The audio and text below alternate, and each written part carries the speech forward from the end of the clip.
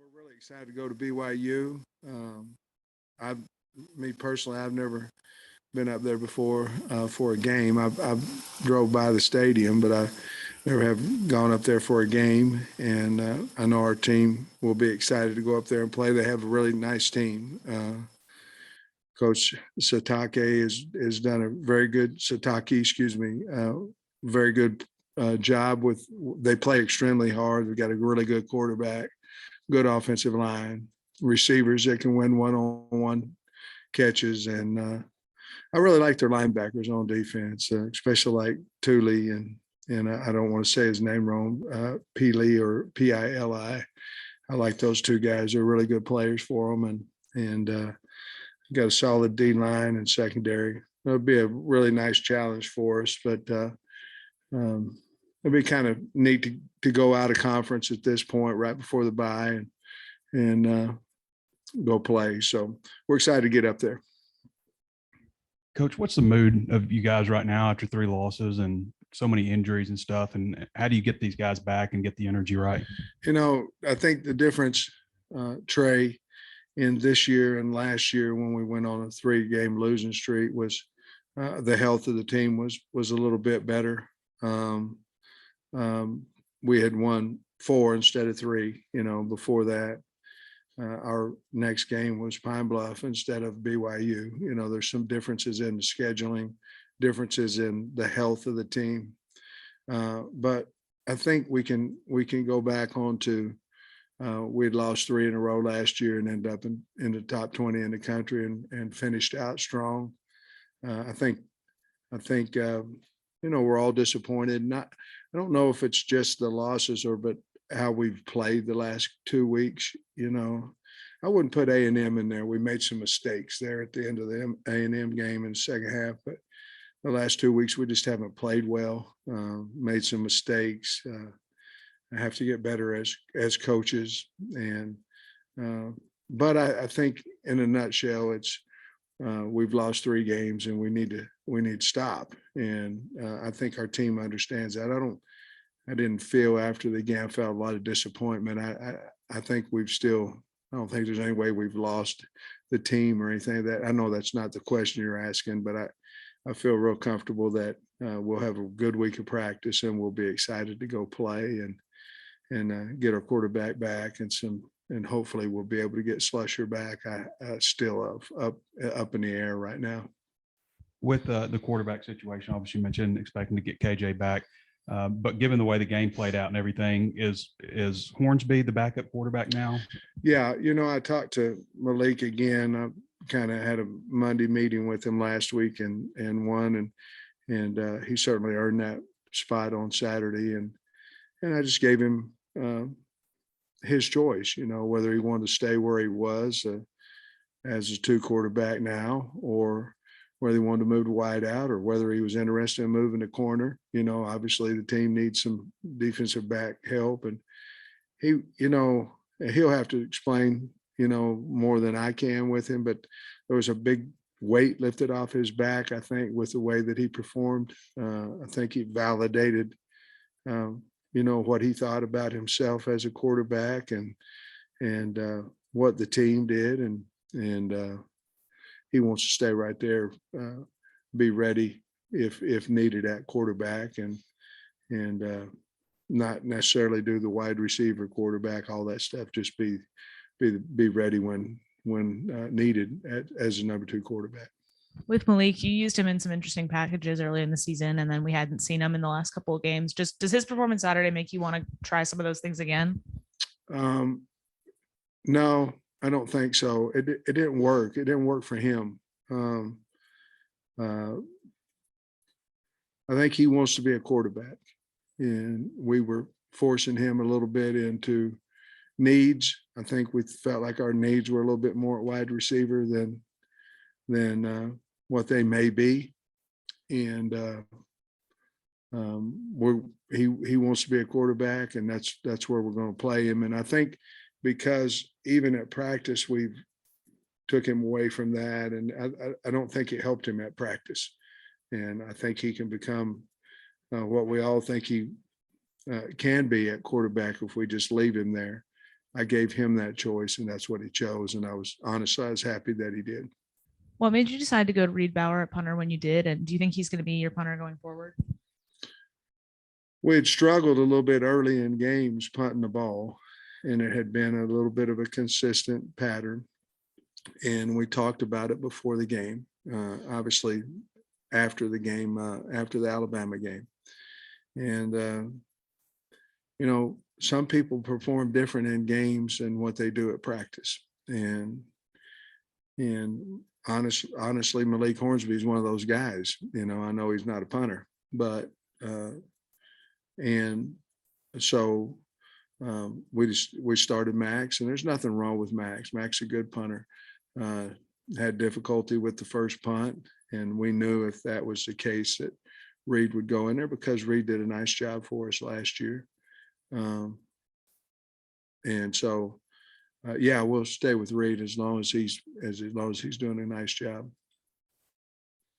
I know Kari and Jaden Johnson both got dinged up in the last game. Do you have any update on their status? I don't. I don't know that Kari will be available.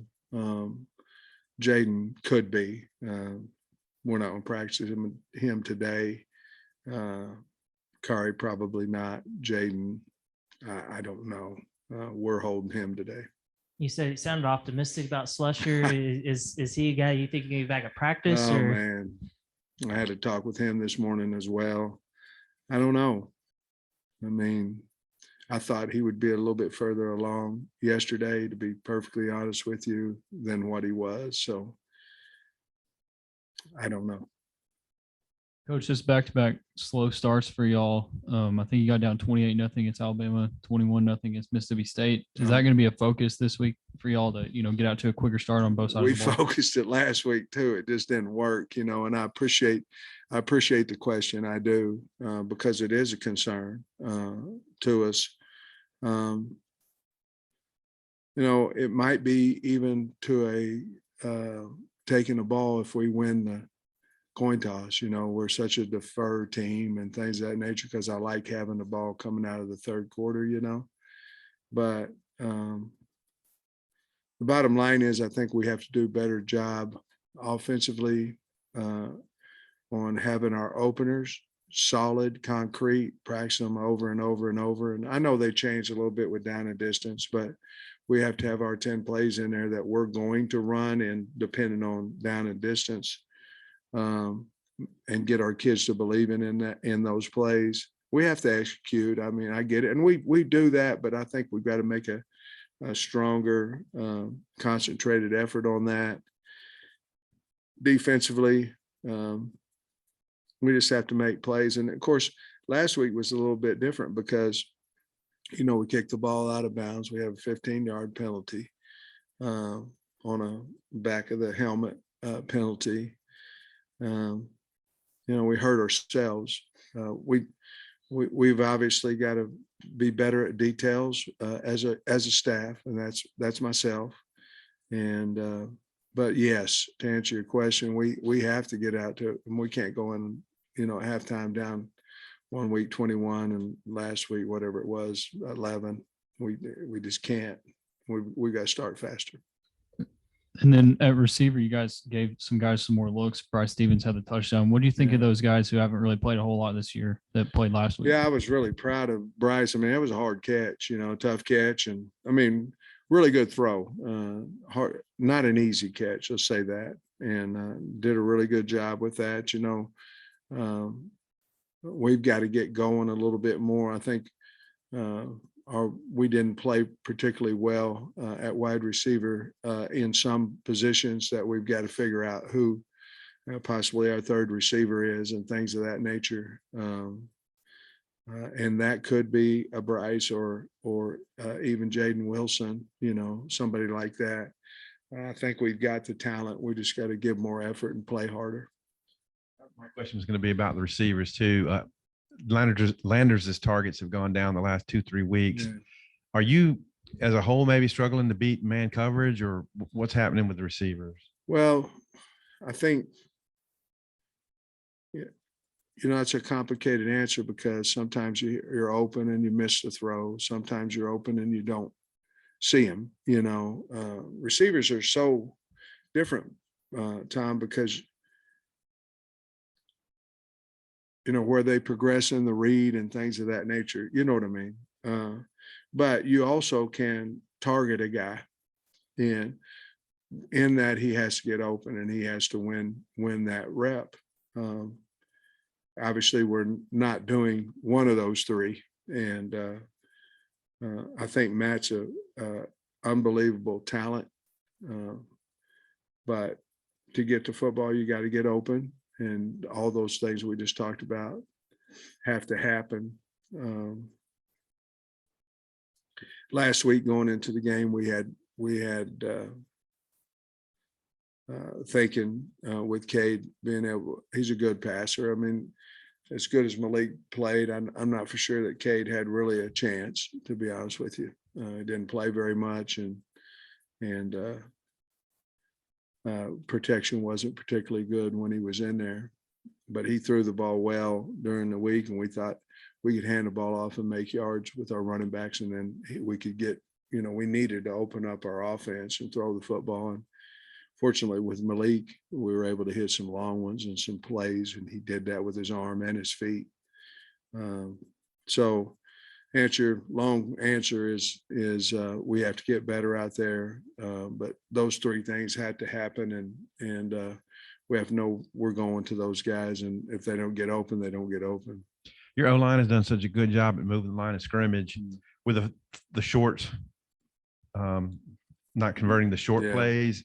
How do you process that? Like, I know you mentioned backside the other night, but what was going on? We had a missed assignment, on the goal line, let the 3 technique go, and that was one of them. We've got to cover up the front side edge somehow, and that would be either with bringing in one of our wideouts to cover it up, or having 12 personnel, have another tight end on the front side, because we had no chance on the 4th and 1 unless Malik just keeps it and then he walks in. But that wasn't in his read.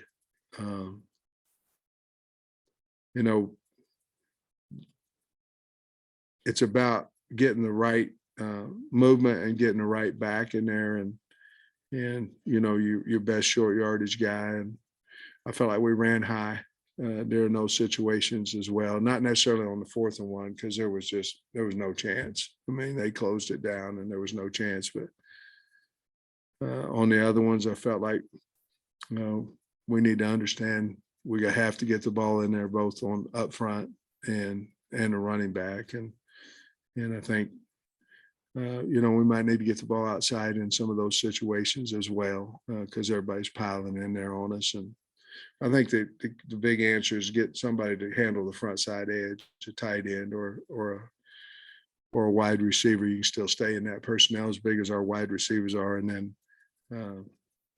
find the running back, find the line's got to move them. Then we need to. We tried on the 3rd and 1, a fake off of what we had been normally handling the ball to the offset back, and we just couldn't get open. And that was me. I said, "Hey, you got 2 plays here. Let's try to get a touchdown off of this play action." It just didn't work. Sam, I guess just the last few weeks, what's kind of been your assessment of the red zone offense, and maybe what kind of things are y'all looking into to maybe able to punch it into the end zone a little bit more consistently? Well, I think the good part of it is we have KJ as a runner. We've turned the ball over in the red zone. That's hurt us. I've always believed that if you can run the ball consistently in the red zone, that you're going to score, which we haven't done that on a consistent basis. And then I think we got to move the pocket a little bit more to get KJ out on the edge and give him a run pass option out there. And he's been good with that. And so obviously we need to score more touchdowns. And some of those are the reasons why we haven't, probably. BYU has a pretty good quarterback in Jaron Hall. He takes good care of the ball. Just what do you see out of BYU's offense, and what may stay the same or change on how you guys play defense, maybe specifically with how you bring pressure this week? Well, Hall's a really good quarterback. I like their offensive line. I think their two tackles are really good. I think they're all good. I like their two tackles. I think they're really good. Obviously Kingsley, the right tackle, I tried to recruit at Georgia and lost that battle. They're a little bit, they're all different personnel. They go empty, they've got Romney back, he was out for a while, and another receiver. So they're receivers. They're big. They throw a lot of one-on-one balls. But we can't, we're going to have to pressure him because I believe he'll pick us apart if we don't. We're going to have to stop the run, and then we've got to pressure him because if we don't, I think he's really good and a really accurate thrower, and his receivers are big. They're 6'2" and better. This may be something where it may be nothing, but how different is it to have kind of this out of conference road trip, like in the middle of the season, you play these SEC games and then you're going out of conference to go to Utah for a non-conference game? Well, in all the SEC places I've been, it's been abnormal. It's not normal. Normally it's an in-conference home game, but it's the schedule, and we're going to embrace it. But it's different. The great thing is it's not a night game. It's their homecoming and all those things, a whiteout and all that kind of stuff. But it's not a night game, so we're not going to get back at 7 or what. And we're off next week. We get a bye week. So if you're going to have one that goes up to Utah, this is the perfect weekend to have it. Coach, obviously, you talked about getting after the quarterback a little more. I don't think you might have hit Rodgers like one time, I think. I don't think so. But with that defense you're running, you obviously got to catch the ones they're throwing to you. I mean, how much of a difference could that have been? You had 3 good opportunities, We maybe had 3 4. great ones, Trey, and we just didn't get it done. That and not converting the short yardage plays made a big difference in the game. Even as bad as what I felt like we were playing, it could have, maybe sparked this or something of that nature, and certainly would have kept points off the board. If it was a situational football that just killed us, in the short yardage we didn't make, and then the opportunities to pick passes to keep points off the board because we were struggling, stopping the run basically. I mean, they threw it as well, but stopping a little shovel pass in the run with our defense, and it was the same defense that we've run, the last 3 years against them. We put a little bit of different line movements and things of that nature in this year that we thought would help us. Our backside end was getting cut out, which hurt us. We had him in a 4-eye, and we were getting cut out a lot, which hurt us because there was nobody in the cutback laying off the nose. But to answer your question, obviously it would have made a difference if we just hold on to a pick or two. Your thoughts on the line right now? I mean, there's been some untimely, obviously you can't do anything, linebackers slapping, and you get calls for it. But you had the errant snap on the final drive there at Texas A&M, and are you pleased with the way they're playing? It is such a veteran bunch. You'd expect, I'm pleased with the way they play. I'm not pleased with the details of what's going on. In other words, I think they played well together as a unit. But obviously, and I talked to Cody about it as well. I said, the snaps, the false starts, they have to stop. And I get it if you're going to have a false start on the road. I mean, I get that. But right now, until we start playing a little bit better, we can't afford anything that self-inflicted, and we're doing way too much of that. But I still think, and I thought we had played pretty well I don't think we played well last Saturday as a unit there. Coach, Bumper said after the game that the defense has been, getting tired toward the ends of the game and they need to lock in on fundamentals. Is that something that you've seen as well? We got a lot of guys having to play a lot of reps. Part of that is obviously we're not doing as well on offense. Part of it is they have to get off the field. And as Trey alluded to, with some opportunities to pick and things of that nature, they have to get off the field, fourth downs, things of that nature. But yeah, we're just not as deep right now as we were last year. Last year we brought back 19 super seniors. So you had an older group of guys that, had played, whether they were starters or not. And it's just a little bit different. And Bump's beat up too. I can see why he would say that, because he's out there fighting and clawing, and he's hurt, and not hurt enough not to play, but aggravating some things that he can't do. And but yeah, I've noticed that as well, and I really don't know what to do about it unless. And the only thing we are taking care of some of them in practice, but we've got to go win on Saturday, and then that will help some of the tiredness, the ailments, and the week off will help it as well. You said KJ being back this week. Has he been fully cleared at this point? And is it a normal week of practice for him? Yes, it's a normal week. He can't get hit today would be that protocol, but he never gets hit anyway in practice. So he can go ahead and do his full thing today. I meant to look this up. When you were at Oklahoma, did you ever play at Colorado, or have you ever played at elevation before? Is there anything different about those kind of games? We did, and we really never talked about it. For us, we're going to hydrate.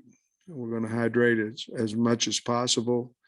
And we're going to watch our kids that have sickle cell closely.